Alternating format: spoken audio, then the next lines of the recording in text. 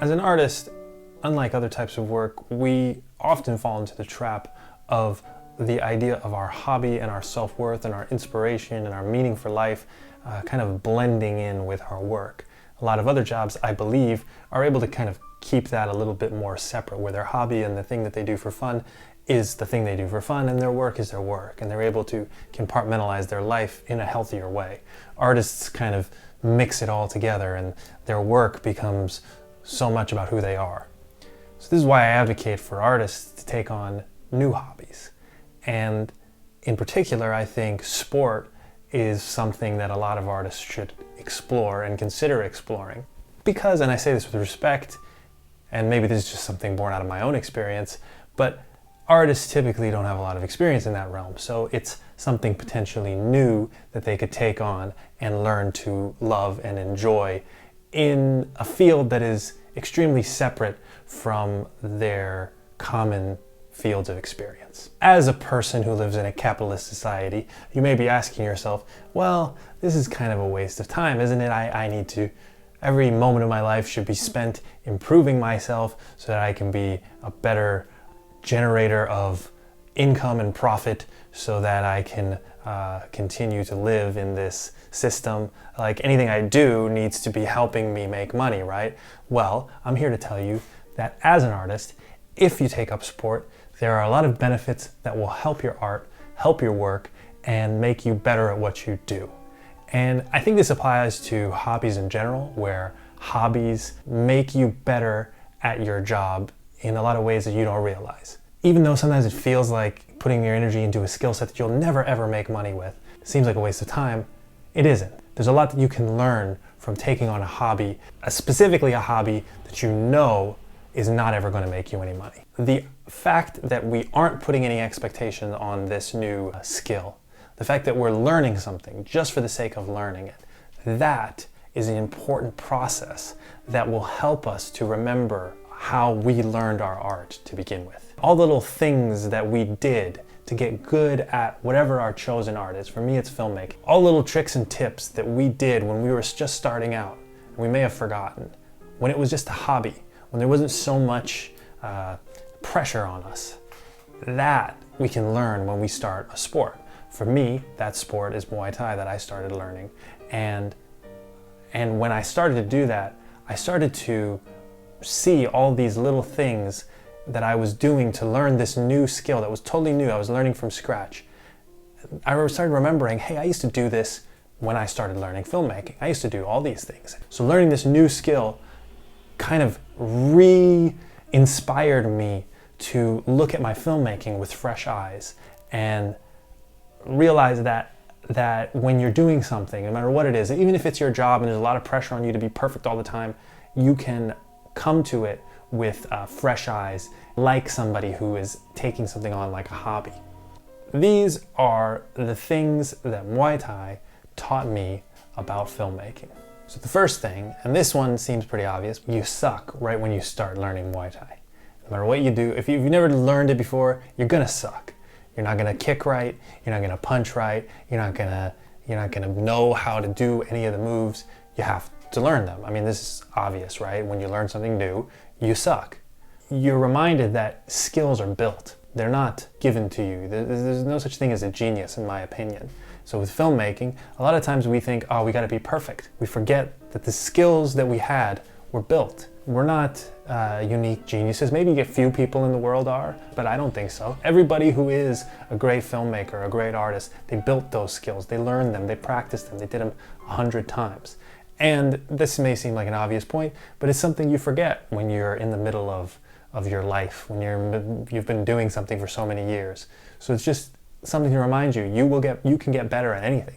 Any aspect of your filmmaking that you don't know, that you need to know, you can learn it, you can get better at it. Just like you can get better at a punch, just like you can get better at a kick, just like you can get better at shooting a basketball. The second thing I learned to do was that I realized that I was watching a lot of fights, a lot of Muay Thai fights.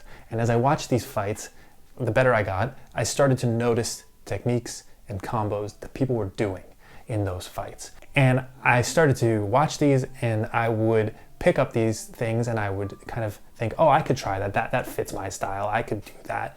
and I would put them into my sparring. And I realized that for a very long time, I hadn't been doing that with filmmaking. I hadn't been watching films and looking at techniques or things that were happening in the film and thinking, I could do that, I could try that. And so as I was thinking about how I was doing that with this new skill that I had that I was so excited about, and I was learning something new, and I was getting inspired by watching different fights and how they did things, I realized I needed to bring that same passion back to filmmaking.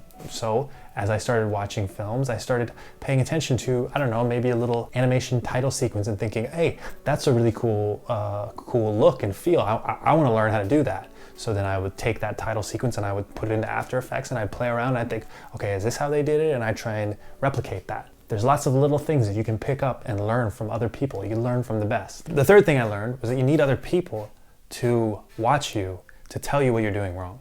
So as I was practicing doing something or throwing a punch or throwing a kick, I had a coach there for my class and he would watch me and he would say, hey, you're not turning your hip over when you punch, or you're not turning your hip around when you kick, or you're not lifting up onto the ball of your feet, and you think you're doing it right. You realize how your brain tricks you so much.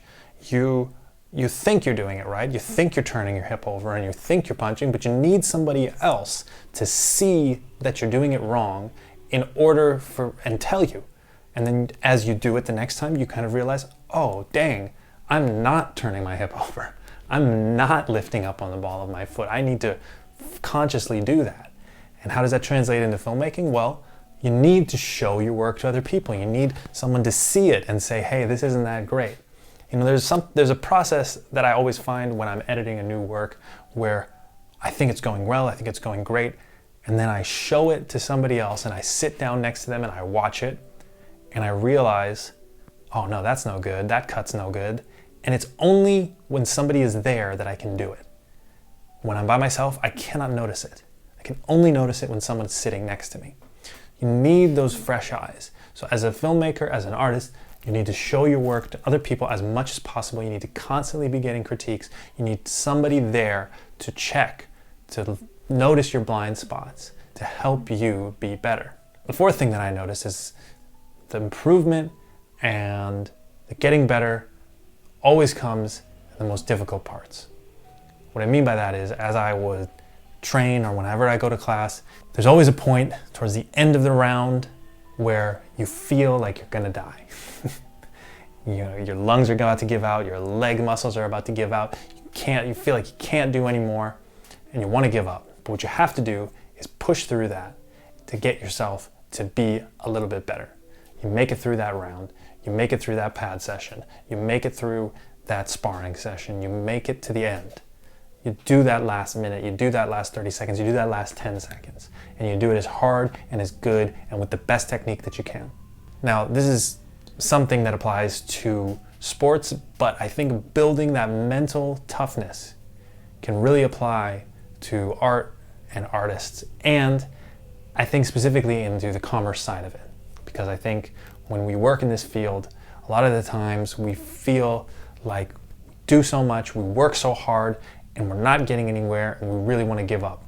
We might be very, very close to breaking through. It might be the end of the round. It might be the 30-second mark. We just got to keep going, and we just got to keep doing our best, putting out our best technique, doing things as good as we can. And if we do that, maybe we'll be able to break through and be that much better. The fifth and final thing that I learned is that losing is fine. When I started doing Muay Thai, you know, you think, you have a bad sparring session right when you start and you think, man, I really suck at this, I'm bad, I'm no good, I don't know what I'm doing. But as you go along, you realize that losing rounds in sparring isn't a big deal, it's kind of the point, that's how you learn. Losing, doing badly is okay, it happens to everybody. Everybody has a bad round, everybody has a bad training session, everybody has a bad fight. How does that apply to filmmaking? Well, like I was saying at the beginning of this, I think as artists, we tie our self-worth to our art. Creating a bad piece of art, doing something that we think is not good, not getting into a film festival, having a producer tell us that they don't want to work with us, anything that can happen to you in the field of art where you get rejected. That's okay. Happens to everybody. Doesn't mean you're bad, doesn't mean you can't get better, doesn't mean your work is no good, doesn't mean you don't have skills. Just means you need to keep doing it, keep trying to get better. And one day you'll be there and you'll knock the guy out figuratively with your art. So those are some of the things that I learned about art through Muay Thai, and it's why I firmly believe that every artist should pick up a sport, get something physical going, and you'll be surprised what you can learn by doing sport as an artist. If you enjoy the channel, remember to like, share, subscribe, and I'll see you guys next time.